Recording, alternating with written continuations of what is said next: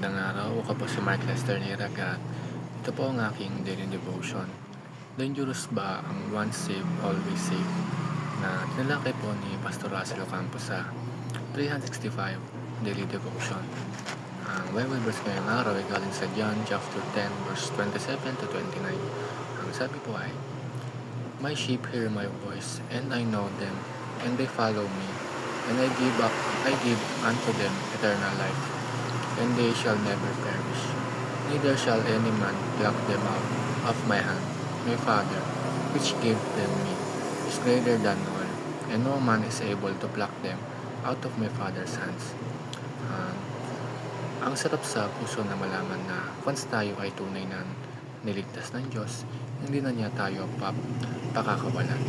Pero may ilan nagsasabing once saved, always saved ay parang lisensya na parang mamuhay ng makasalanan.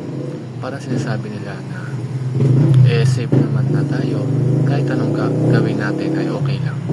Kaya ito ang tanong ngayong araw. Ang dangerous ba ang once saved, always saved? Sa unang tingin, pwedeng isipin na oo. Pero kung iintindihin natin ng tama ang doctrine of perseverance of the saints, may kilala natin ito ay hindi lisensya para magkasala, kundi isang paalala ng biyaya at kapangyarihan ng Diyos na nagpapanatili sa kanyang mga anak. Ang first teaching ngayong araw is, God is the keeper of our salvation. Hindi tayo ang nagliligtas sa sarili natin. Hindi dahil mabait tayo o nag-church tayo o mabait tayo sa kapwa natin.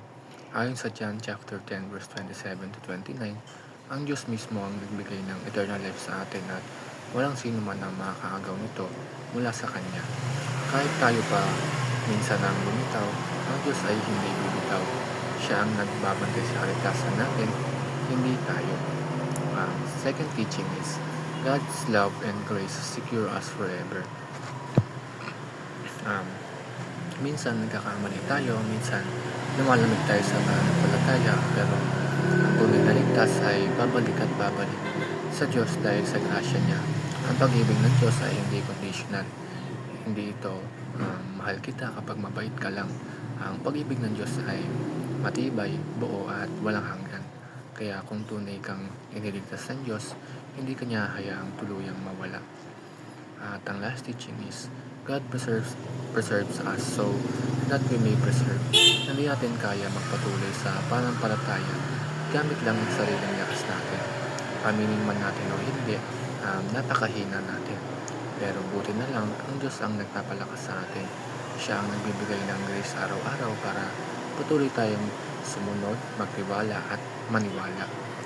Yung mismong perseverance natin ay pruweba ng kanyang presensya sa buhay natin. Yun lamang po.